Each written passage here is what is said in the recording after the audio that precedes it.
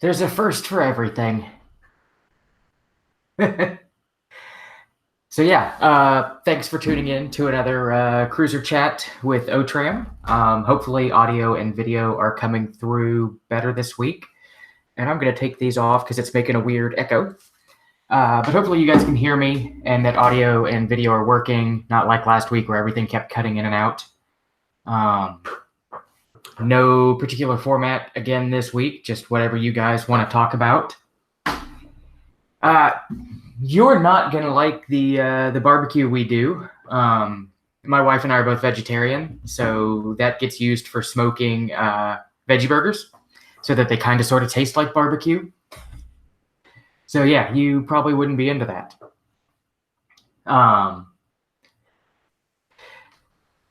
Yeah. This is my office at home. Which really is just the extra room we don't know what else to do with in the house, and it stores all the books. Yeah, I figured it was easier to move the time back by an hour and do these from home, and I can come home, get a shower, so I'm not all gross from work, and then push it back an hour, so hopefully more people can tune in. Yeah. So it's been a good week. We finished up the prototyping on the 3FE FJ80 exhaust, and I'm moving along on the 80 series rear bumper. And yes, vegetarian by choice. My wife was already vegetarian when we started dating. I fought it for a while, and then finally relented, and actually feel much better about life choices after having gone vegetarian. I still crave meat, but I haven't had any in like 10 years. No, I don't need an intervention. Yeah, but yeah, it's worked well. I'm that weird vegetarian that doesn't eat vegetables. No fish.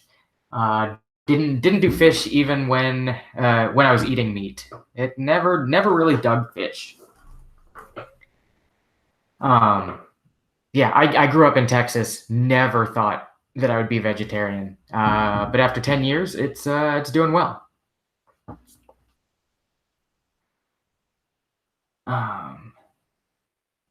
And there was something that I was going to talk about, and I meant to write myself a note. And now I don't know what it was. Yeah, cruising along on the 80 series rear bumper. I've been posting pictures of that on our Instagram. And I think there's also updated pictures of the 3FE exhaust on there. I took a few more this morning that I haven't posted. But yeah, we're trying to be more savvy with social media. And thanks for doing the live chats. I enjoy doing them. It's fun seeing what everybody else is working on and trying to answer questions. I do donuts and pizza, although not right now because I'm on a diet also. My life of eating things right now is terrible. There is no enjoyment.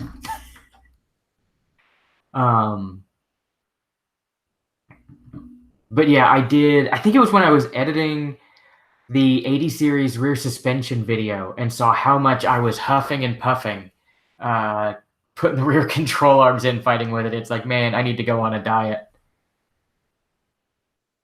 I do cheat a little bit.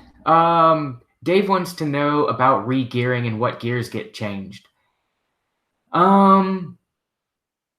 Yeah, it's when you go to bigger tires, it effectively makes your gear ratio like shorter. So you re-gear to get back the torque that you've lost. And it depends on the motor and the factory gear set and the tire size, what you go to. Most commonly, we put 488s in things. Although on the 80 series, you can get underdrive high range gears for the transfer case that accomplish pretty much the same thing, and you only have to do the transfer case instead of going into both axles and changing the gears in the differential. We've done a couple of sets of those and they've worked out really nice. It's a quicker job to just go into the transfer case. I don't want to say less to go wrong, but you're not doing an actual gear mesh setup. So yeah, now that the underdrive high range gears are out, I really dig that option. So I'm also straight edge, so no beer. Yeah, I lead a very boring life. But yeah, we've done a couple of sets of the underdrive gears, and if you're going to the Capital Land Cruiser swap meet next weekend or this coming weekend, and Patrick's there, he's got them. We did a set of his. We get our gears from Cruiser Brothers. One set's Terrain Tamer and one set's Sumo for the high and the low, and I can never remember which one's which. But yeah, they're both good quality Japanese gears, so we use them interchangeably. I believe Cruiser Outfitters is also importing both sets of gears too. And do I have any plans of retailing the rear bumper? I don't. We're not set up to really do a lot of fabrication. I'll do custom fab every now and then. It's really hard to recoup the time, like to get paid for the time that it takes to do custom work. So it's not super often that we do it, but I enjoy doing it. So I'll slide a custom job in every now and then. I really like this 80 series bumper that we're doing, and I'm liking the way it's turning out. But since we're not really set up for production, I can't really make the economy of scale that would make it affordable. That, and with just me and Crash in the shop, me going away from doing mechanical work on cruisers for a week to make a bumper, it's okay to do every now and then, but doing it all the time just wouldn't work. The ultimate goal is, once we get the other half of the shop, bring on another tech, and the other tech and Crash can handle the vast majority, of the day-to-day work, and it'll leave me to do, all the fun custom stuff. Bending it as much as possible. I built a big press brake a couple of months ago with this project in mind. So I used it to bend the main shell and the wings. The ladder and the tire carrier portion will all be bent out of tubing, but the main shell is all formed. Yeah, I'm digging the way it's coming out. I've never done a formed shell bumper before. It's always been, ones for like 40 series where you use, square tubing, or, straight round tube, like pre-runner style. So this will be the first time that I've actually bent plate to do it. And I screwed up a lot less than I thought I would. I've only scrapped one shell because I didn't like the way it looked after I bent it. So it's been fun. It's nice to do something different for a change. No, I'm glad you like it. Yeah, it was the day I was bending all the pieces, my brain hurt from figuring up all the angles to make everything lock together. But it's been fun. I enjoy doing it every now and then. It's a nice change of pace.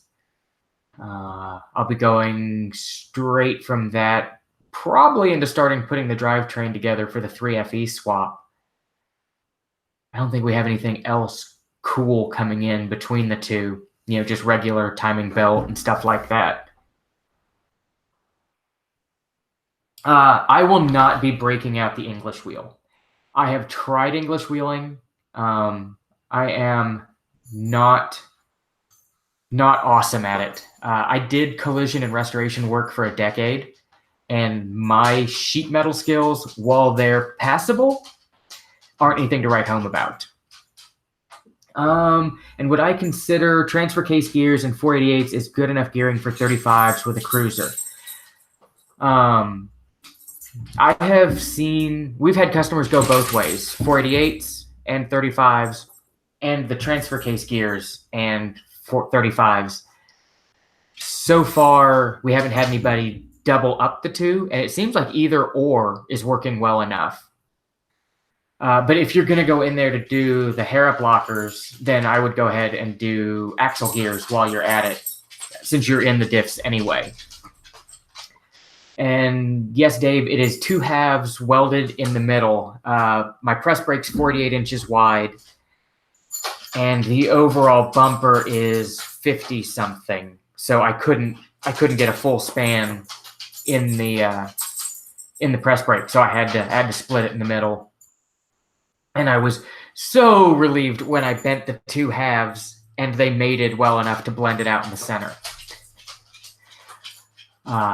It was really nerve-wracking making sure that I had all the things lined up right.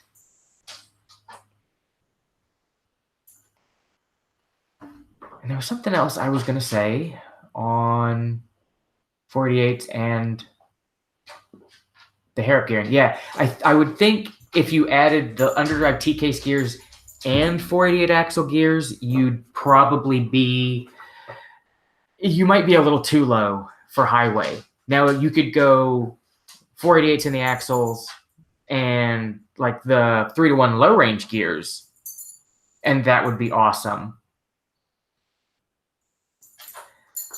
But yeah, I don't know that I would double both up with 35s. How bad is it to take the rack and pinion out of a 100 series? It's not fun, but it's not terrible. The Toyota manual shows taking the whole oil filter cooler housing thing off of the block to make room. What I usually do is take the driver's side motor mount loose, jack the motor up a little bit, put a 2x4 between the motor mount and the frame, and that'll get you just enough clearance that you can get the rack out. So once you've got the lines loose, and the lines, getting them loose seems to be the worst part. But you get the power steering lines loose, get the steering column loose, soak everything in Freol for a couple of days before you do this to make it all pop apart easier.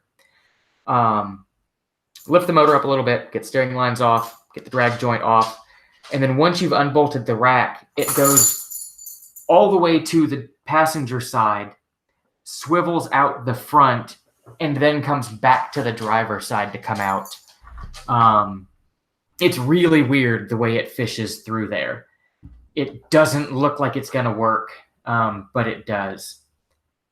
And I think the last one we did, I took the outer tie rod ends off before we pulled the rack out, just to give us less that we had to snake in and out of the frame rails.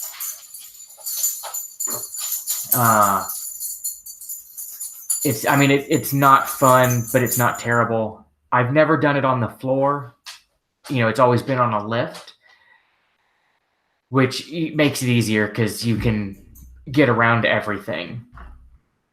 But yeah, it's not terrible. It's just get a set of crow's feet, like metric crow's feet, to make getting the power steering lines off easier. I want to say it's a 17, but I'm not positive. Yeah, I don't enjoy doing them.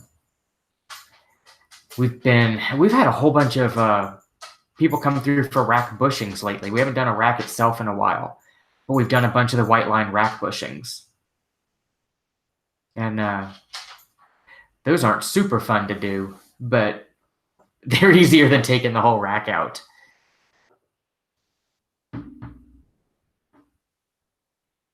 If it's not leaking terribly, if it's just a weep, I've had decent luck with the Lucas power steering stop leak. Normally, I don't recommend mechanic in a can type stuff, but it seems to work well in that instance, because we see a lot of people put power steering in them as opposed to ATF, and the power steering fluid seems to thin it out a little bit more and make it easier to leak. and putting the thick Lucas in there kind of seems to counteract that and make them, it'll slow up the leak. So if it's marginal and just kind of weeping and damp, a little bit of power steering stop leak might save you from having to do a whole rack.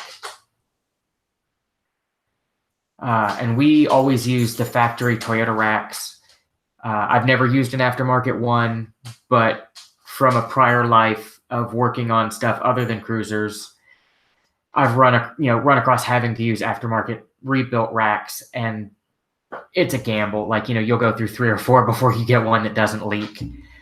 And that's not a fun job, to go through that much labor, hook everything back up, and then have problems with leaks or, problems with stiff spots in the rack, things like that.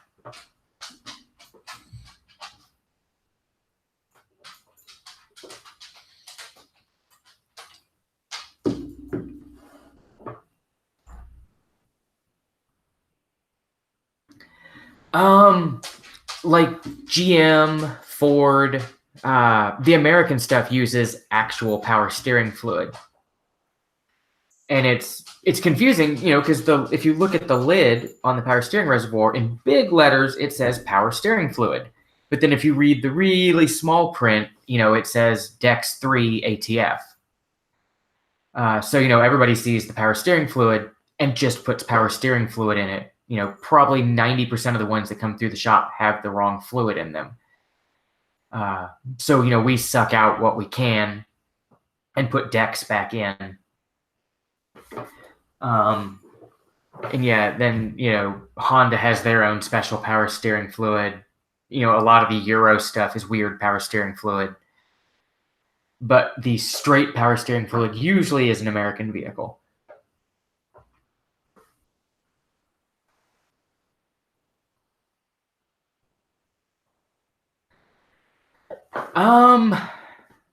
As far as maintenance on prolonging the AHC system, flushing, seems to help a lot. Beyond that, I'm not really sure what you could do maintenance-wise. You can check the pressures, but beyond changing springs and changing springs, you're not going to do a whole lot. There's not a lot you can adjust, even if you know the pressures, without changing springs. The main killer we see here is the lines rust out. So keeping salt and mud and everything off of the lines is probably the most influential thing you can do. We haven't actually seen any come through the shop for like a failed pump or failed globes or things like that. Mostly it's the lines have rotted out and blown all the fluid everywhere. We've had some come through with like leaking shocks. And when that happens, we generally end up pulling everything off and swapping it to Old Man Emu. Because by the time the shocks are leaking, the lines up top are so rotten that getting the lines off without breaking them, it just isn't feasible. And once you price out the shocks and the price of lines and everything else, normally it's just cheaper to skip repairing the AHC and just go to the Old Man Emu. So yeah, just keep the lines clean.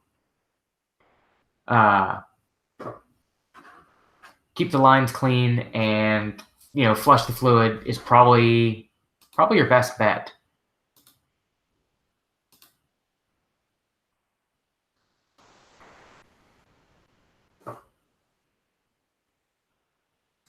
Can a 2-inch suspension be done on an 80 series with a standard jack and jack stands, like on the ground? Yes. And I actually prefer to do 80 series lifts on the ground or on our mid-rise lift that lifts by the frame in the center. They seem to squirrel. They flop around on our 2-post lift, and I don't like it. So we either do them on the ground or on the mid-rise lift usually. It's not horrible. Get like 6-ton jack stands so you can get some pretty good height on the frame and get enough room to push down on the axle to get the springs in. But it's not bad to do on the ground. I've done a ton of them on the ground. Do I have an opinion on using the override kit for the HC to keep it in high mode? I've only ever installed one.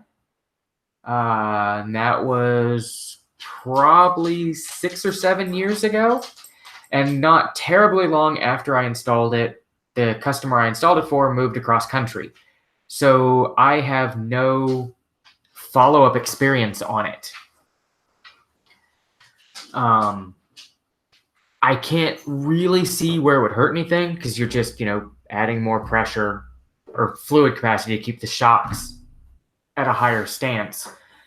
But yeah, I've only ever done the one, and I never got any long-term follow-up on it to know how well it held up or if it had any detrimental effects on the HC. I can't imagine that it would,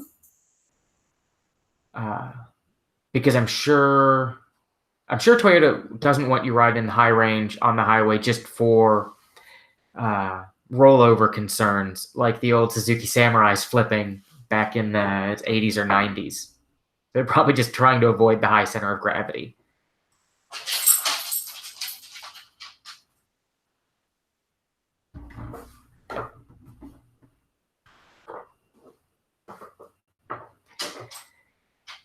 And hopefully the dog's click-clacking on the hardwood's not too loud. Atticus is chasing a fly behind me. He hates flies and wants to eat them all the time.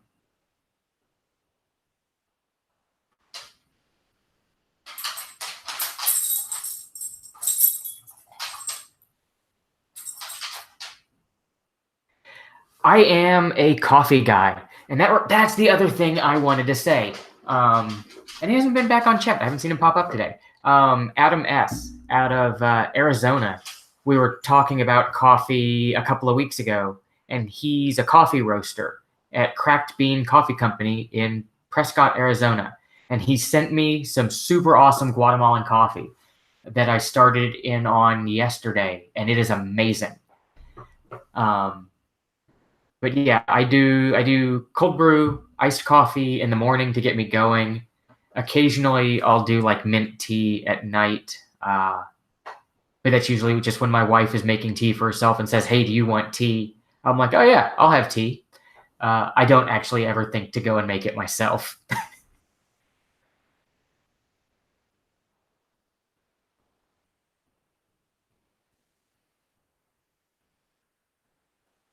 When we're traveling and the water is sketchy, I drink more tea since, you've got to have boiled water to make tea. So I'll go that route, tea or coffee, traveling. But mostly just coffee.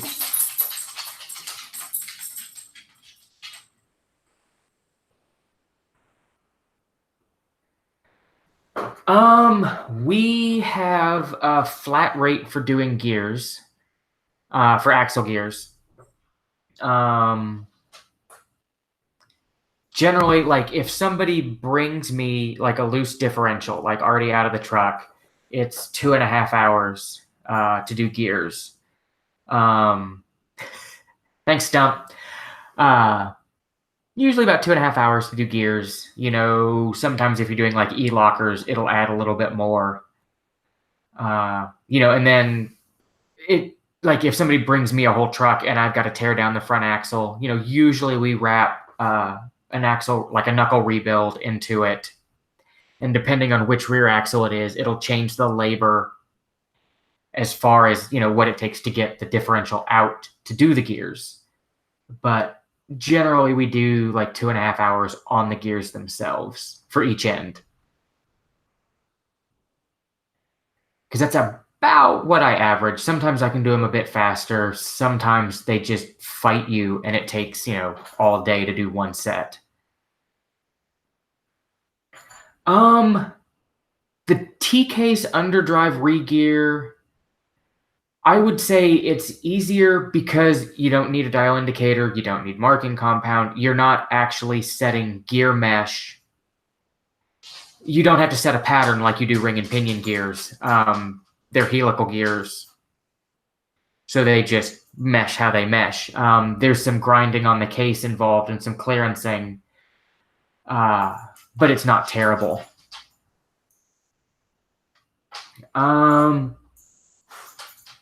Seven. Well, it depends. Yeah, $7,000 seems high.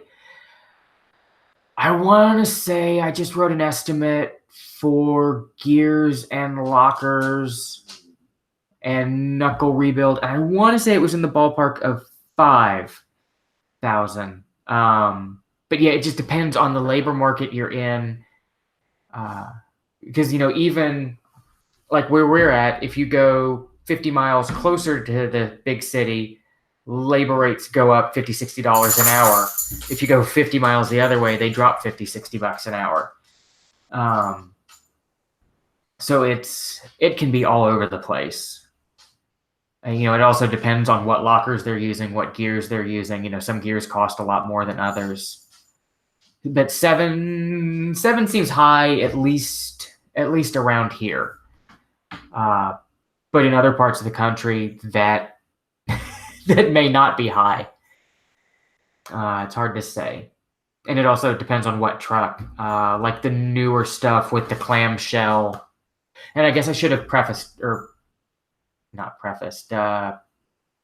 mentioned that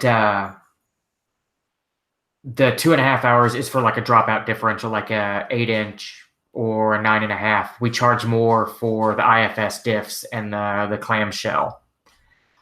I use Cruiser Brothers for all my rebuild kits, diff install kits, and transfer case gear kits, rebuild kits, and transmission rebuild kits. I usually use Yukon gears for differentials.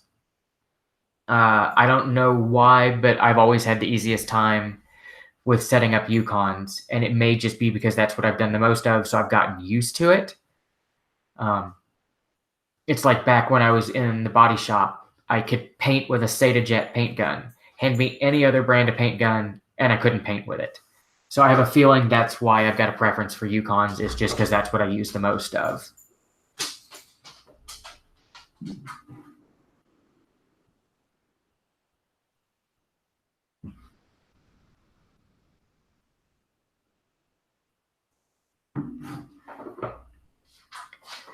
I really like the Cruiser Brothers, like the Terrain Tamer rebuild kits.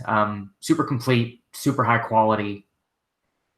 We got a bunch of them in last week. I did one of their differential kits yesterday, actually, on an 8-inch front and an 80 series. Had to put new bearings in it because the pinion bearings were sloppy. But yeah, they're nice kits. And Ward and George, super awesome to work with.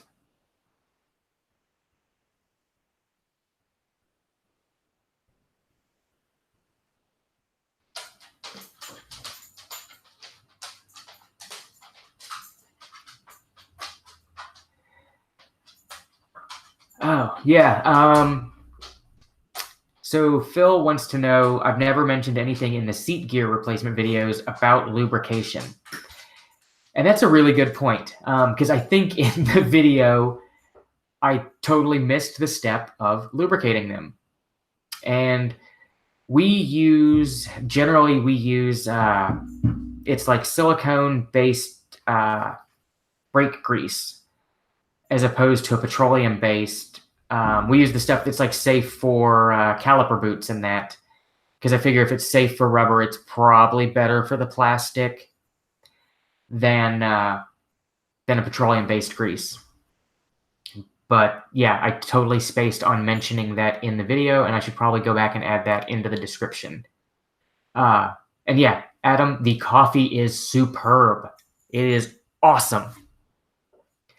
And my wife thought it was very strange when she saw the bag that it was from Prescott, because Prescott keeps coming up in our lives lately.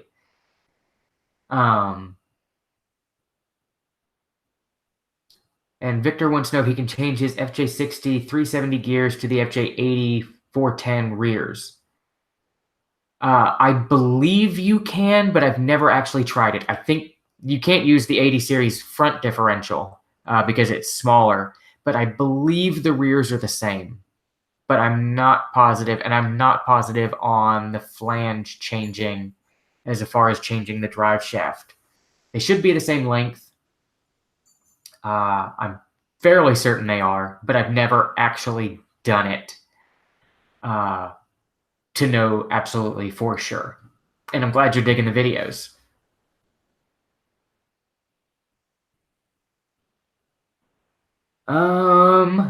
John wants to know about something that would do outside tire wear on the passenger side tire on an 80 series. Wheel bearings are good. About the only two things it could be is your toe being out of adjustment or a bent axle tube. That would be my guess, but I've never actually been an alignment tech.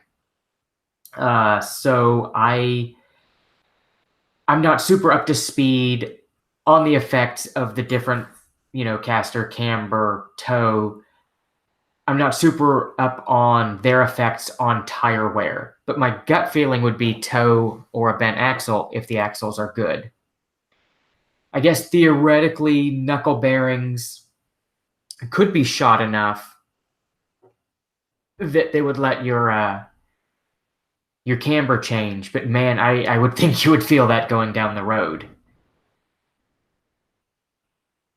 Yeah, and good idea on a video for checking front suspension parts. I will write that down on the list. Yeah, if anybody ever has ideas for videos that they want us to shoot, leave a comment, shoot us an email. I'm always looking for ideas. I guess theoretically you could have a tie rod end sloppy as well that's letting that tire flop. But yeah, I should shoot a video on checking the front suspension. I'm writing that down. And thanks, David. Best cruiser bringer to the shop ever. David's got a ton of cruisers in his fleet, and they come by the shop quite often.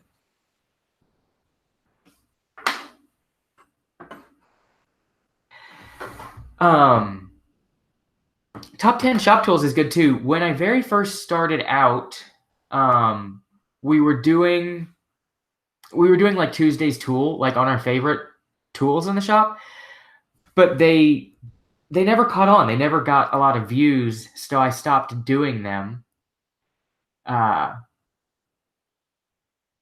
yeah, I redid our website, or started redoing the website over the weekend to do a tool list that corresponds to the videos that we've shot. So like, if you watch the video, you can click, it'll take you to the website and give you a list of all the tools we used.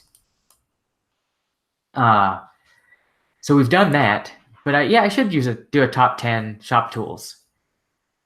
And John Dean, if you're local to Virginia, bring it by and I will shoot a video on checking the front suspension.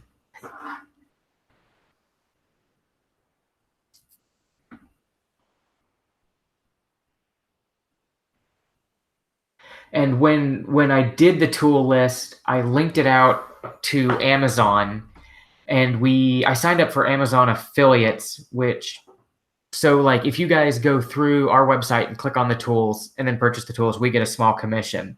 It doesn't affect the price to you guys, but it gives us a kickback that helps with making more videos. And David wants to know, which model cruiser would you take for free brand new? A 70 series all the way. I want a 70 series. I also want an 80 series. Crash and I have been talking about the need to build a shop 80. I wouldn't mind a 200 series, but that's a bit too rich for my blood. But if it was free, I'd take it.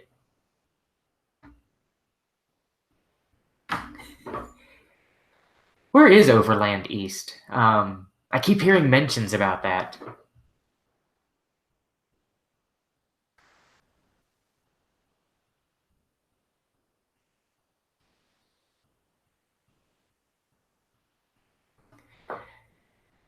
Yeah, and if you're... Asheville. I've never been to Asheville proper. I've just been past there going back to G. Smitter when it was Teleco. Our office manager, Tim, is... I guess he's one of the guys putting together Appalachian Rendezvous. that's down in that area next month as well. So yeah, look out for that too. That looks like it's going to be awesome. Tim keeps showing me all the stuff that's going on with that, and it looks like it's going to be a fun event as well.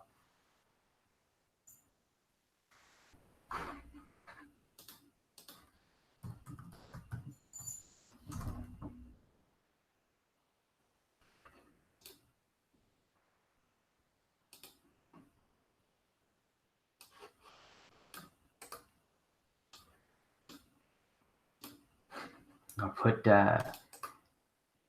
Tim's link in here.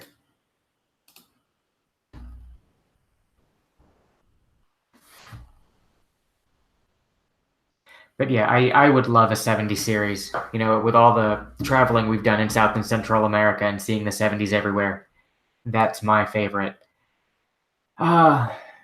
Favorite or preferred method for 80 series caster correction depends on how much lift you've got and what you've got access to tool wise. For like a 2-inch lift, we usually use the Old Man Emu caster correction bushings, but that takes a pretty hefty shop press to change them out. We've been doing a lot of the caster plates lately, and I think it's Trail Taylor that's got the new set out that takes a lot less drilling. We've done both, and I think the land tank style is the one that you've got to drill, and those you need a right angle drill and a kind of stubby 5/8 bit to do, where the Trail Taylor ones you lop the bottom of the original axle bracket off, bolt everything up, and do some welding. So if you've got access to a welder, and basic cutting and grinding tools and a 3-inch lift, I would lean towards caster plates. I believe you can get caster plates in a lower degree range to suit the shorter lifts, but I've never actually done them. For the shorter, like 2-inch lifts, we've always used the caster bushings. And yes, caster plates are pretty much committing and non-reversible. So yeah, we generally only use those. I guess the most we've used them on are the new Slinky lifts. Both Slinky lifts we've done have gotten caster plates. And then we've got a couple of guys running the Old Man Emu J springs. So we've done caster plates on them because the caster bushings weren't quite enough to get them back into alignment.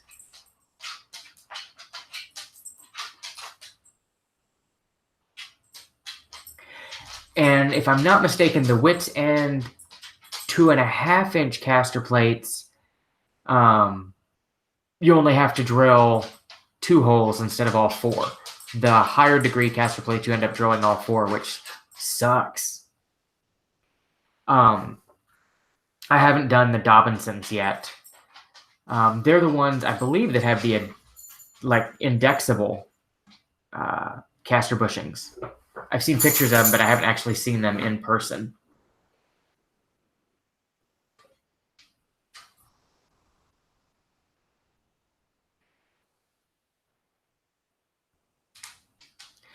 The dogs are running early today. They get dinner at 7, and for some reason they think it's already time. So they're pacing behind me.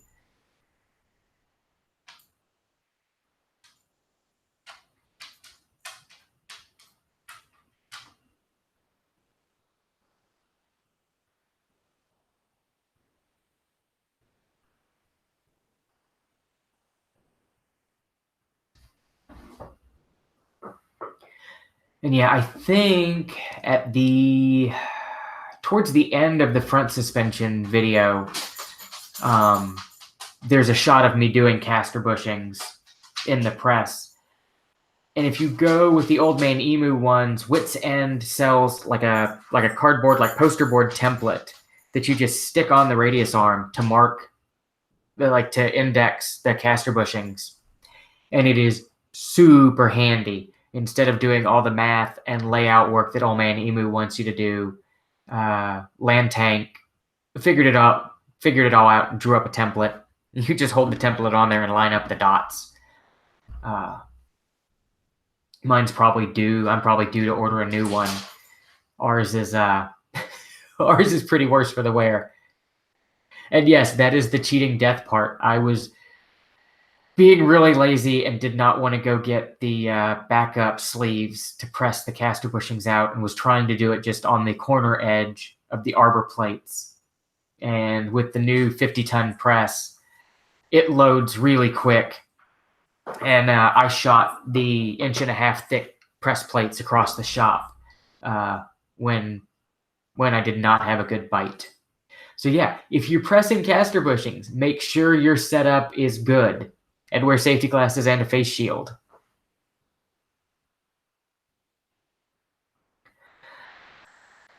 Lowest cost of maintenance cruiser. That's a loaded question.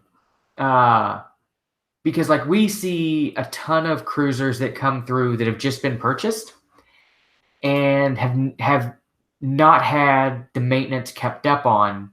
So, when the new purchaser buys one, there's a lot of back maintenance that needs to be done. Maintenance wise, once they're baselined, yeah, 200 series under warranty is going to be your cheapest. I would think once everything's baselined, an 80 series would be the cheapest for overall maintenance. At least from what we've seen coming through the shop, used 80 series seem to need less catch-up maintenance and are cheaper for the catch-up maintenance than what we see coming through on the 100 series. We haven't seen enough 200 series through the shop yet to really know maintenance costs on them. I think most of them are still going to the dealer. We're just seeing them for modifications. But my gut feeling would be 80 series is the cheapest maintenance-wise. Because it's modern enough that you've got fuel injection and modern electronics, but old enough that they're still fairly simple. The 100 series seems to be having issues where they tried to engineer more awesome and creature comforts in, and that seems to be what's breaking and is really expensive. And then, like the 60, 62, they're starting to get up there maintenance-wise just because it's getting harder to find a lot of the parts. And, with the carburetor, they're finicky, so you're messing with the carb more than you would be fuel injection.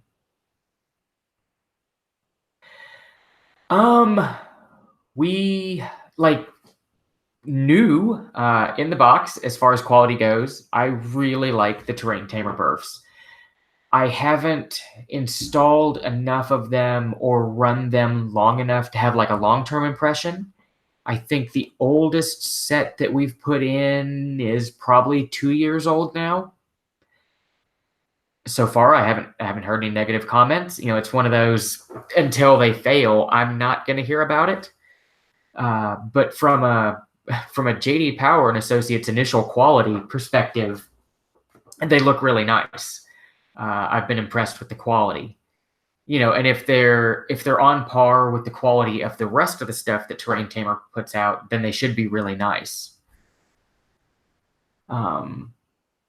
That's our go-to for a stockish front axle, as long as the inner axle shafts aren't grooved. Once you start dealing with having to replace inner axle shafts due to grooving, by the time you add up Terrain Tamer Burfs and inner axle shafts, you're getting price-wise into RCV territory. So a lot of times we'll go that route, especially if it's somebody that's going to be running bigger tires. We'll jump up to RCVs. But for daily driver stuff, the Terrain Tamer Burfs look really nice, and so far, I haven't had any complaints. So I would assume that they're holding up well.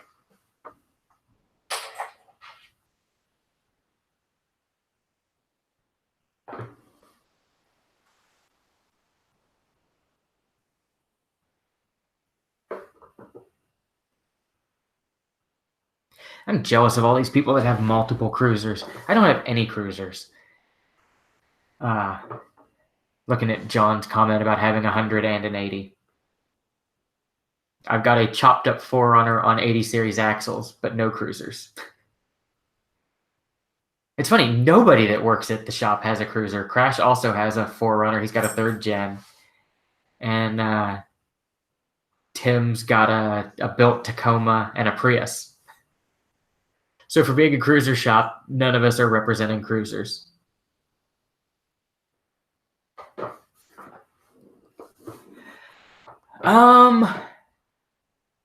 Back in the day, there were rumors that RCVs weren't holding up to daily driver status in an 80 series full-time front axle, like that the chromoly material was softer, or they were using a softer material to get more resilience under shock loading.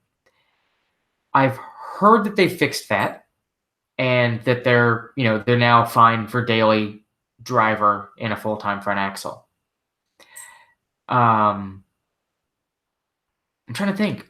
I can't think of the last 80 series that we did RCVs in. Most of the time when we've used them lately, it's been in mini truck axles. And we've done, I think we did a set in a 60 series. I know we've done 80 series RCVs, but I can't remember the last time. I can't remember which trucks that they've been in to know how they're holding up. But they are a much beefier option.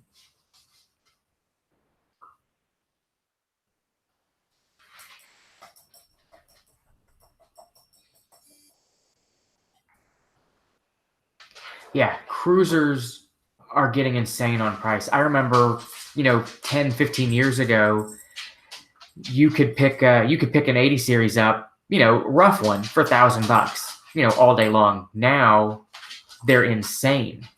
And I'll catch you later, Alex. Thanks for tuning in. Yeah, restored cruisers are going for stupid money. But, even 80 series around here are going for, 7,000 up to high teens. My brother picked one up a couple of months ago with a blown head gasket, and it's in beautiful shape. I think he paid like $2,400 for it. But, it needed a head gasket, needed front brakes, needed wheel bearings. It needed work. So, he's got a couple grand into it. First gen 4Runners are going for stupid money too. I'd like one, to daily drive since I hacked mine all up and it's not street legal anymore. So I, kind of was looking around at first gen 4Runners, and they're going for $7,000 or $8,000 for a rust bucket. It's crazy what the market's bringing now. It looks like 40s are finally coming down some in price, but everything else is going up.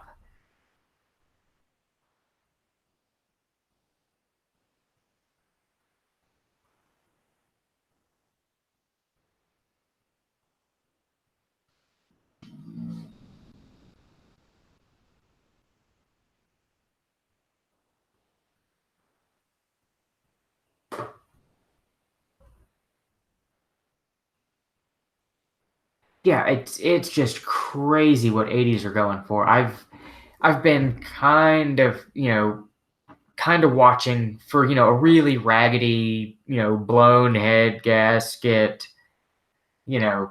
really rough 80 that we can build into a shop wheeling truck, that we can drive to events, wheel and drive back. Because my 4Runner's fun, but I can't drive it on the street anymore, and so I got to get a trailer and a tow rig and all that jazz. So I want to build a shop 80, but yeah, I'm not paying 10 to 15 for one.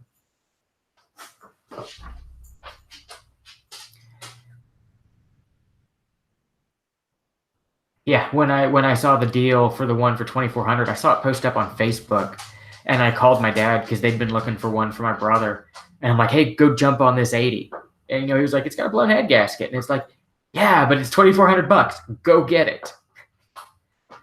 And I think they rolled out the next morning. It was up in Delaware. and they drove up and picked it up.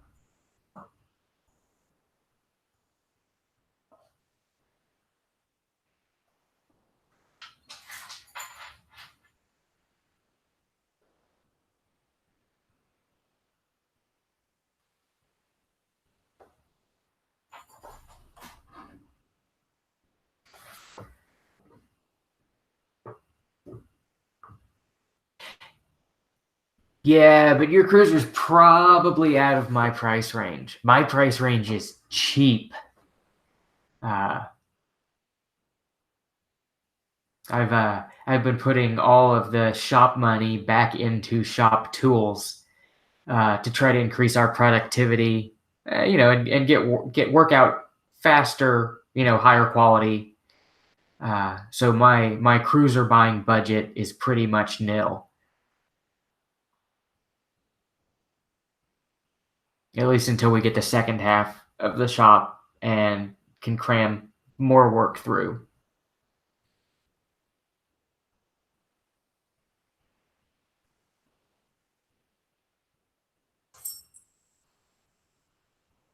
Oh, and I meant to ask you guys, is the audio and the video coming through good on your end this time? Uh, had a lot of trouble with it last week, cutting in and out, and I'm hoping I got everything fixed. I switched around microphones and hubs and everything.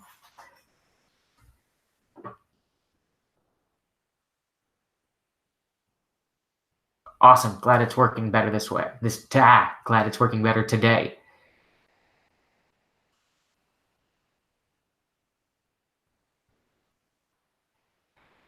Yeah, it's crazy how quick they're selling too.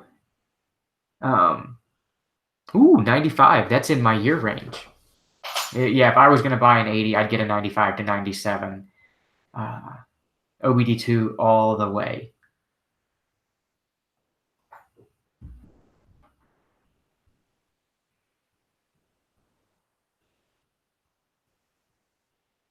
Awesome. Thanks for tuning in, Zach.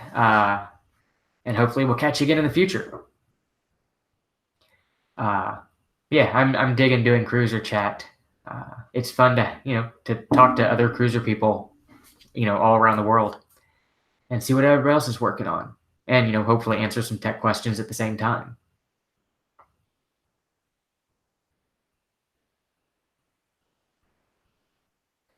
I do like the cloth interior in the older ones. The cloth interior with the manual seats.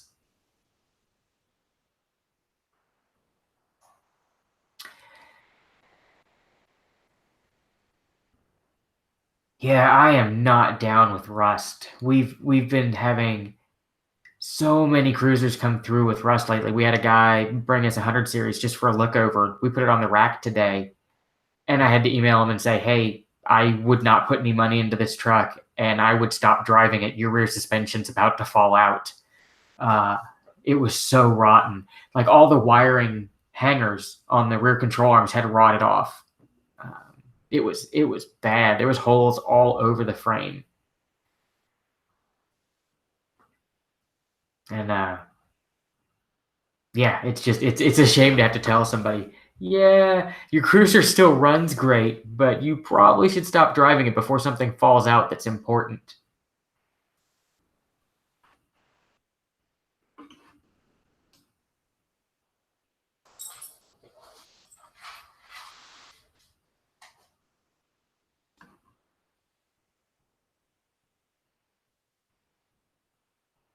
Hundreds are way, way, way worse than 80 series for rust.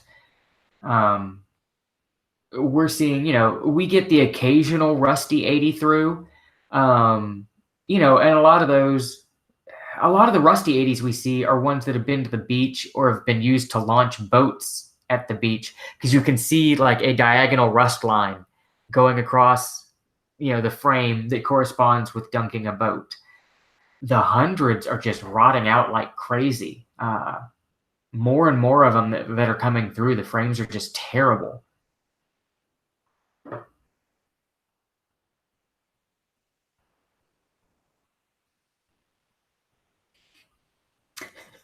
Wheel hubs on F350s suck to change when they're rusting.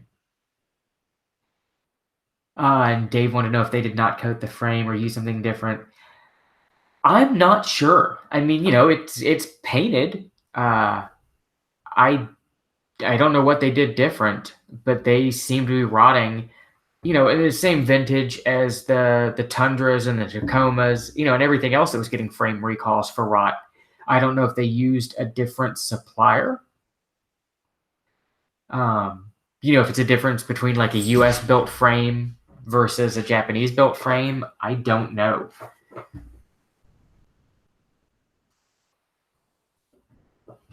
But yeah, the hundreds seem to be rusting way, way worse.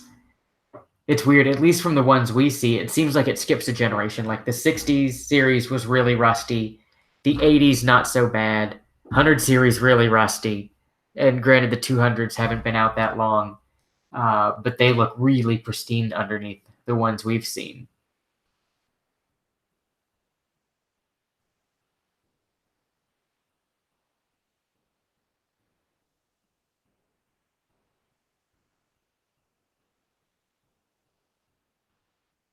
And it seems to be like that have been undercoated. Um, the ones that have been undercoated are the worst because somebody did a fly by night undercoating job on it without cleaning it properly. So there's dirt behind that undercoat that's holding moisture up against the frame, and the frame's rotting away, and you can't tell that there's rust because of the thick coating of undercoat. That's why when we clean them up, we just scrape them, wire wheel them, or we have a mobile blasting guy come blast them, and then just paint. Because if the paint chips, you can see that there's a paint chip. If it's rust behind it, you'll see it come through the paint, where undercoating seems to hide it. Yeah, 20-pound sledge is about how we're having to take a lot of the 100 series wheels off. They're getting so seized onto the hub. Um, I had a second gen Forerunner with the alloy wheels, and I needed to do brakes on it. 20-pound sledge wouldn't take the wheel off. I undid all the lug nuts and drove the thing around the block, and the wheel did not come loose. I ended up having to cut the wheel off, and use an air chisel to get it off on that one. Um, I have done body lifts. I don't see really anything wrong with like a mild 1-inch body lift. If you're trying to gain like drivetrain space, stuff like that. I'm not a huge fan of like the 3-inch body lift, but an inch I don't have a problem with, and we've done several. We made a 3-inch body lift kit for Crash's third gen Forerunner because nobody made one. So we just turned one out on the lathe. So we've done them, but I prefer not to do big ones. I've done a couple of auxiliary tanks in 80s. We've done two of the OE sub tanks, like the Japanese ones, and we've done one or two of the long range automotive tanks that Cruiser Brothers are bringing in. The long range automotive tank seems to be a much easier install as far as the way they do the fuel pump and the fuel level sender and their wiring harness and gauge and everything. It's a really nice setup. And it seems to go in easier than retrofitting a sub tank.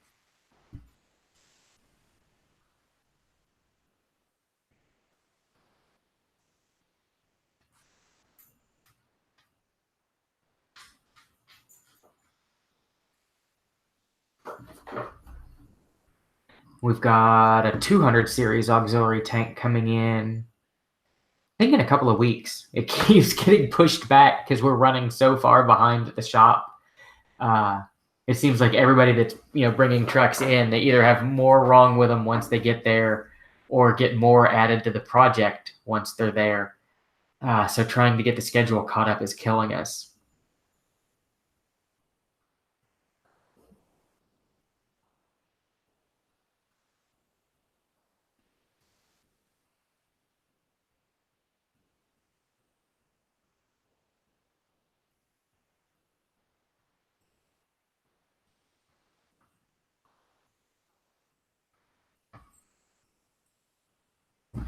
the truck that I'm building the bumper for that we've been taking pictures of on Instagram has the long range automotive auxiliary tank in it.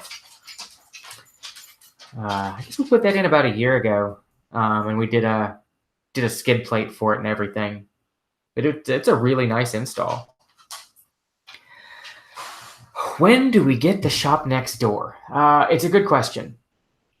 Technically, the lease isn't up until April. So hopefully the latest we would get it is like April. The guys that are in there now have been talking about leaving sooner, but it depends, it just depends on where they find new shop space and when they get out, when they get everything moved out. I'd love to have it as soon as possible.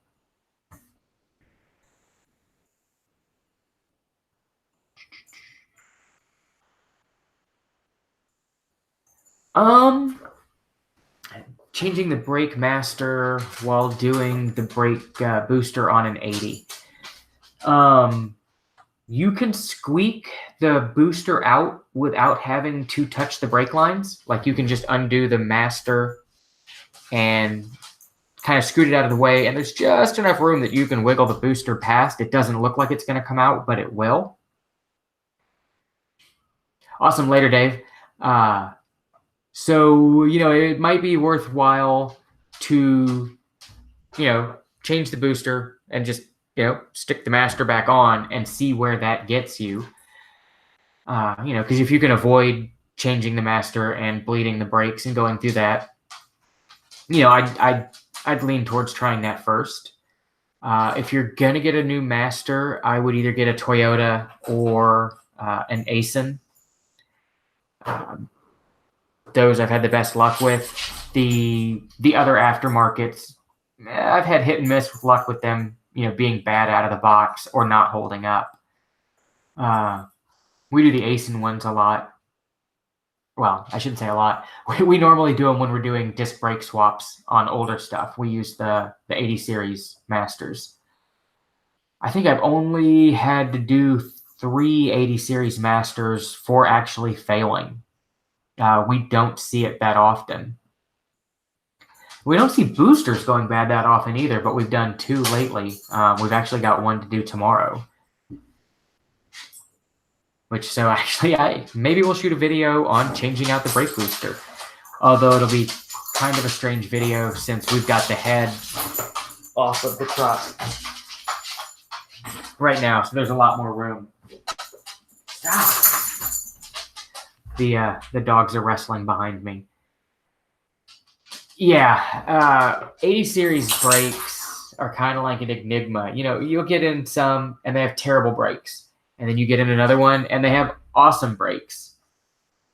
And I haven't figured out any rhyme or reason, and you can go through the ones that have not great feeling brakes, replace everything, and they still have not great feeling brakes. So yeah, it's super super hit and miss.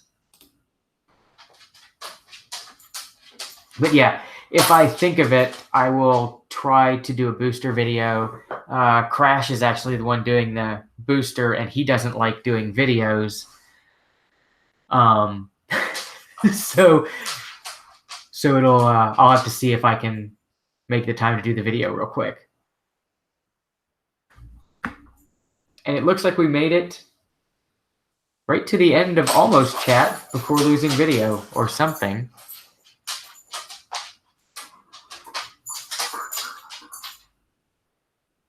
Because it looks like I've just got a spinning wheel. Hopefully it's working on you guys' end.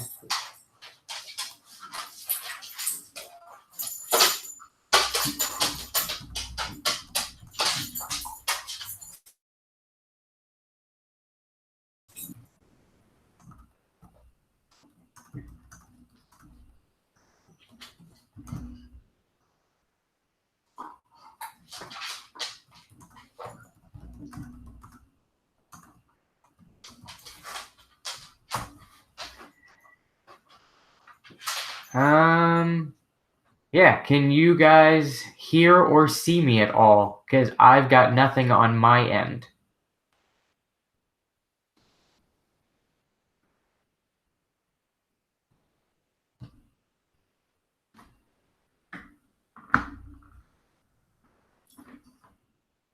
Oh, okay.